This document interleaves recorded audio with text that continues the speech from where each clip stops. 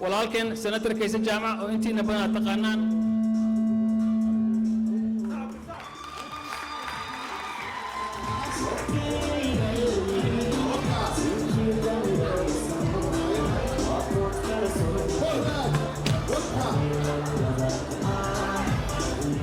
السلام عليكم ورحمة الله وبركاته. السلام عليكم ورحمة الله وبركاته. marka ugu horeysa waxaan u mahadcelinayaa Muuse walaalkeen oo iyo dadkii dhalinyarada ahaa ee ka qayb galay inay soo abaabulaan xafladan aadka u wanaagsan ee loogu tabaaldegayo dhalashadii Soomaaliya July 1960 waa u malaynayaa dadku guryaha in badan lagu jiray waxa aad igu farxad ah in maadaama gobolkii ama dib loo furay khamiistii dhaweyto in maanta intaasoo Soomaaliyeed oo meel walba ka timi inay isugu yimaadaan halkan iyagoo oo u dabaaldegaya maalintii dowladnimada Soomaaliyeed ummadda Soomaaliyeed ay ka qaadatay caalamkeeda gumaystayaashii Ingiriiska iyo Italy. walaalayaal waqti badan baa ku dheeraan maayo laakiin laba arrimood baan doonayna kala hadlo mid ugu horeysa marka ugu horeysa dhalinyarada halkan joogta ee caawa halkan isugu timi ee soo aawalay xafladan wax qiimaha leh waxaan aad iyo aad ugu hambalyeeynaya siday ugu soo agaasimeen midda labaad laba arrimood waddankan aynu degannahay ee Mareykanka inaynu wax ka qabsano waajib weeyaan oo khaasatan dhalinyarada waxbarashada lagu dadaalo ta kalena haddii ama business doonayso ama aad noqonayso inaad tartamto doorasho in aad meel kasta la gaari karo anigu 2 sannadood ka hor ayaan u cararay Oregon Senate laakiin guusha aan gaadhay waxa kaliya aan ku gaadhay waxa weeyaan markii shacabka Soomaaliyeed ee Oregon ilaa ay iska garab taageen ay taageerayeen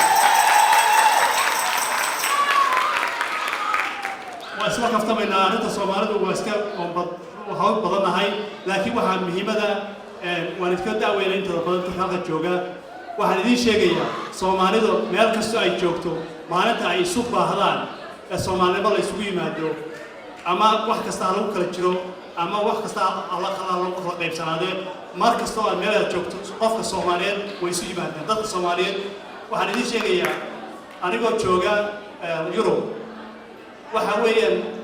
qofka ugu horeeya marka soo gala magaalo ay dadka Soomaaliyeed sameeyaan waxa weeyaan waa meel ay Soomaalidu xagee Soomaalidu isku timaadaan taas ayaa ah meel kasta oo ah dhaqankeena suuban ayayna ku jirtaa ay qayb ka tahay marka dhalinyarada walaalayaal idinku halka jooga oo ku hameeyay magaca Soomaaliyeed waxaan idin kula talinayaa inaanay ilaawin waddankeennii hooyo oo aad noqotaan kuwa halkan wax ka abula oo ka qabsada kuna fakara inay dib ugu noqdaan waddankoodii oo ay ka qayb galaan dib u dhiska Soomaaliya hadda ka socda ee gobolka ah qaybta labaad aan sheegay walaalayaal idin kula talinayo waxa weeyaan waan ognahay hadda video iska furan yahay Facebook la iskala socdaa Twitterka anagu Instagram-ka aad ugu fiicnay laakiin u jira isaguna marka ilaa Soomaaliya waxa laga yaabaa xafladan in laga daawanayo marka fariin baan dirayaa marka ugu horeysa waxaan fariinta u dirayaa dadka Soomaaliya maamulaya ee madaxda ah ama mucaarad ha noqdaan ama muxaafid ha noqdaan anigu laba mid dhameeyay shacabana laakiin waxaan kula tartamayaa doorashadii soo socotay October dhacaysa waa mid muhiim u ah shacabka Soomaaliyeed marka walaalayaal dadka maamulaya ama mucaaradka ha noqdaan ama muxaafidka ha noqdaan oo tura shacabkiina maanta Soomaalidu waxay u baahan tahay in dib loo dhiso oo dib la isugu keeno ka fogaada inaad dadka isku dirtaan ama aad xabad isugu dhigtaan shacabka Soomaaliyeed meel kasta ay joogaan kama dabaystiina dadka waxaa la hadlayaa shacabka Soomaaliyeed ama kuwa halka jooga ama kuwa qurbaha jooga ama kuwa waddanka jooga walaalayaal tusaale ahaan waddanka la yiraahdo Rwanda civil war bay galeen genocide baa ka dhacay aad bay isu laayeen laakiin 15 sanadood ka hor waxay samaysteen dowladdiina waxay samaysay ajandahaas oo ah in dadka la walaaleeyo isla markaana dib u dhis gaar ah loo sameeyo wadankooda maanta 25 sanadood ka bacdi Rwanda waxay ku jirtaa wadamada ugu horeeya Afrika waxayna ku jirtaa wadamada ugu caasimadooda Kigali waa caasimadaha ugu nadiifta badan adduunka ay ka mid tahay inaguna taa waynaynu ku haminaa oo taas oo kale wadankeennii maanta aynu ku haminaa oo ah inaynu dib u dhiska ka qayb qaadano wadankeena taas ayaan kula talinayaa ma garanayo dhalinyarada Soomaalida halka joogta inta Soomaaliga garanaysa ama gabayada garanaysa laakiin waxaan kusoo qabagabeynaya anigu waa xoogaa dadkii hore baan ahay marka afray baan joogtaa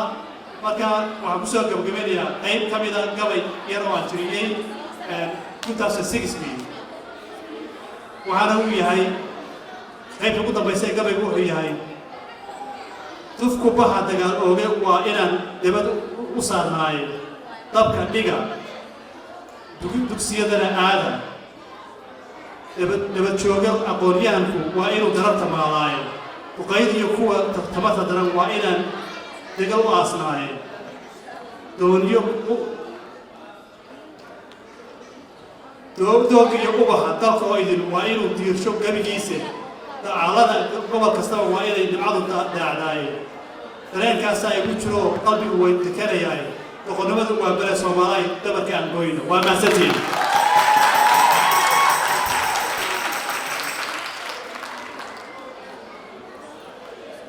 marlabaad oo ku maasan yahay senatarkeena Ciise Jaamac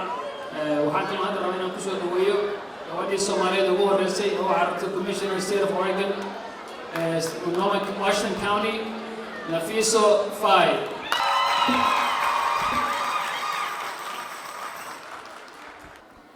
السلام عليكم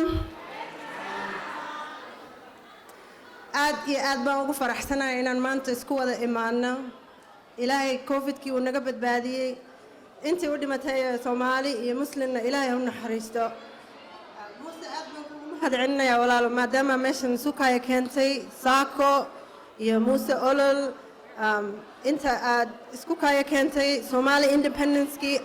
saako mar walba sanad walba waxay dhigi jirtay Somali Independence Day maanta heer wanaagsan baan gaarnay inaan Double Tree Hotel ku sameysana Somali dabaaldeg hall iyo waxaan ku sameysan jirnay hotel waxaan u naqaanay aroos leh soo maanta waa horumaran gaarnay kor un baan u sii soconaynaa wixii hore waa laga tegi meel sare la gaari insha Allah aad baan wallahi ugu faraxsanahay waxaan rabaa inaan idin dhaho kulligiin happy Somali Independence Day kulligiin meeshan wada jooga أنا قوي إذا ما هاي رنتا إذا شجع كيسو كلامي قوي مش كم هاي لكن سوالي جاي أنت أسكالين كرا كيسة حرمين أيضا دواتوس أب وما سنتين أنا دورش هذا أنقلي سومالي دي إن بورلاند وحقيقة قبتين واد أكتهين إن العجي سو أرورسان لبا أو حلفدود إن أنكر لجنة بيفرتون مد بورلاند وسي أدل سوق بنقابي وسي الشرف له ولا شيء الرحمة حتى نبران برتي متكي بورلانها أد بني إذنكم هذا العلنا يا والله ماشان ما أنت تاجنا هاي ما نن إيمانين أو ما نن قبر سومالية أو حتى أفريكان قحوتي سين هاي حجاب سي ولا أو ضد أو العقل أن كان سعونين أن هذانا واشنطن كاوني عدان يا ريبابليكان أن لا ترترنو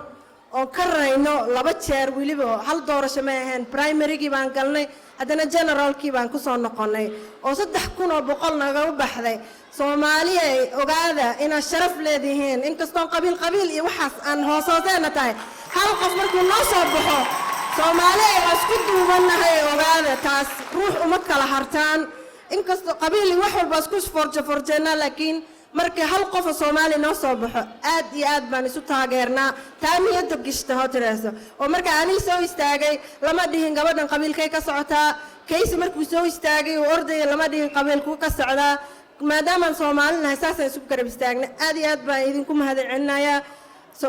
Somali baan rajaynaynaa inuu noo soo baxaan especially Multnomah County Somali Commissioner baan rabnaa inaan helnaa Soomaaliya dadaala waan heli karnaa Washington County aan hadda commissioner ka ahay aniga 100 sano iyo ka badan bay jirtaa county-gaas weligeedna waxaa haysan jiray rag ama hadday dumar noqdaan dumar Republican markii ugu horeysay ee dumar soo galaan waxay noqotay dumar cadaan ah markaas weligii waxay noqotay ruuxii ugu koowaad oo madow ah maba Soomaaliya Afrikaan iska badaaba ruuxii ugu koowaad oo madow ah oo booska helaan noqonay soo meel fiican aan ka taaganahay Oregon waxaan rajaynaynaa inaan saa ku sii socono Raxma walaashay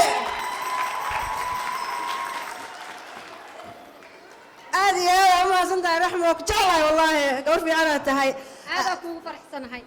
inaan maanta inta iskula kulanno sanad guuradii Soomaaliya aniga taariikhdeeda ma hayo waa inaan inta ku kulanno aad u jeclahay Soomaali badan aan arkooya ani waxa ku dhashay taariikhdeeda daan kaga waramo Ethiopia meel af Soomaali looga hadlaynin gaar ahaan gobolka Harar markaa ku dhashay ilaa 10 sano ku soo gaaray af Soomaaliga dadku markuu ku hadlayaa waa dhageysan jiray baa waxa u malayn jiray inay caynayaan qabiil ma aqoonin hadda markaa arko calamo kala duwan oo reer hebel ah dhaho waa ooya wallahi waxaan jeclahay insha Allah ilaahina aan ka baryaa inaan mid noqono sidii af Soomaaliga halka af Soomaali ah ani ugu xiisi jiray oo u jeclaan jiray inaan Soomaali ahay aan ku faani jiray inaan mid u noqono ilaahay ka baryaa nafisa guuleysan kule xabiibti waa ma santahay walaashay hadalka idinku sii dheereena everybody oo meeshan fadhiyo kulligiin aad baa wallahi u mahadsantihiin 4 sano kadib baan is arkaynaa haddana lacagta ii sii arooriya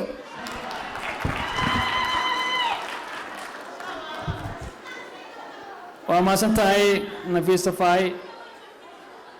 hadda waxaan rabnaa ku soo dhaweeyo qof shakhsi ah oo shakhsiyan aad u dheer community-gana waxyaabo badan u qabtay dad badan oo meeshan jooga yaqaanaan wajigeeda ama magaceeda maqlay ay kana shaqeysay in maanta dad Soomaali oo fara badan taageero xoog leh la siiyay hadday noqoto dhinaca guryaha dhinaca korontada gaaska wixii allaale wuxuu u baahan yihiin in meelo badan ay nooga dagaal gashay oo aniga aan ogahay shakhsi ahaan iyo intaan ogeyna waa jirtaa waxaan ku soo dhaweeyo walaasheen Dahabo Fay oo loo yaqaano Khadija Fay thank you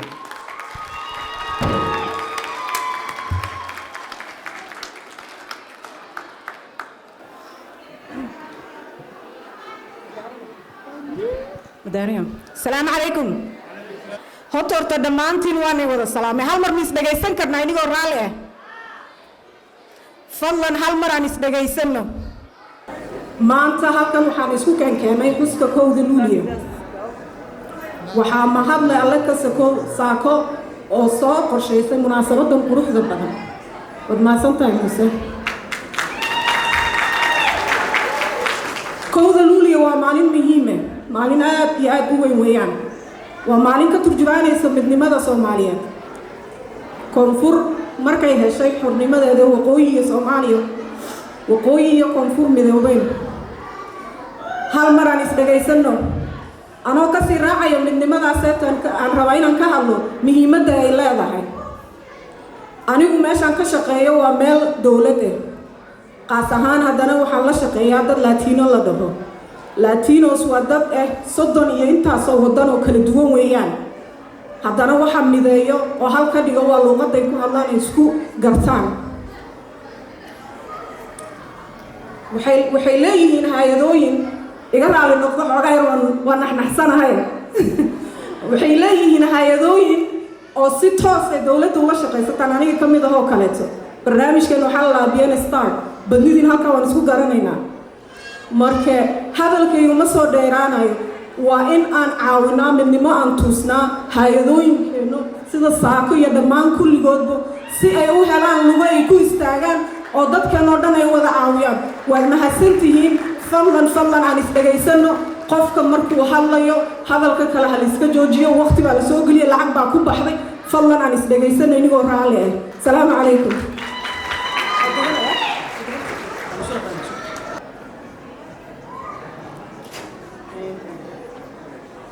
farxaan walaalkay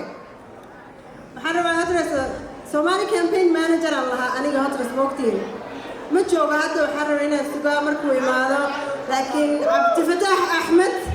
campaign managerkayga waa haduu yaro maqay oo soo daahaya farxaan buurfuule wiilasheena waxaan rabaa inaan dhaho thank you farxaan oo walaalkay aad baa ii caawisaan marka aad baa u mahadsantahay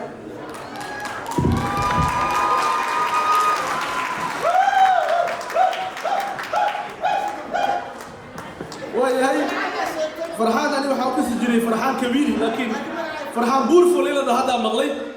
ما هو كابر يا كابر بورفول قتل الحال بورفول هذا ما هي وياي والله الفرح لها يعني الناس مرة عصور ولا جهلي وياي أدي عليهم هسيهين دمان dadka mas'uuliyiinta ahaa ee khudbadaha jeediyay iyo kuwa kale markaas hadda soo socday khudbada noo jeedin doona iyo kuwa markaas ku qoran barnaamijyada gaarka ah waxaan markaas si anba qaadi doonaa barnaamijkeenii intiisii kale waxaan jeclahay inaan markaasi soo dhaweeyo cabdifataax maxamed cabdiraxmaan oo markaas isaga ka sheekayn doona halgankii gobonnimadoonka habkuu ku soo bilowday iyo meeshii uu ku dambeeyey waxaa sacabka iyo soo dhaweynta igula soo dhaweysaan cabdifataax maxamed cabdiraxmaan. Thank you for listening. Please make sure to share, like, and subscribe to Runta News channel on YouTube, Facebook, and Twitter.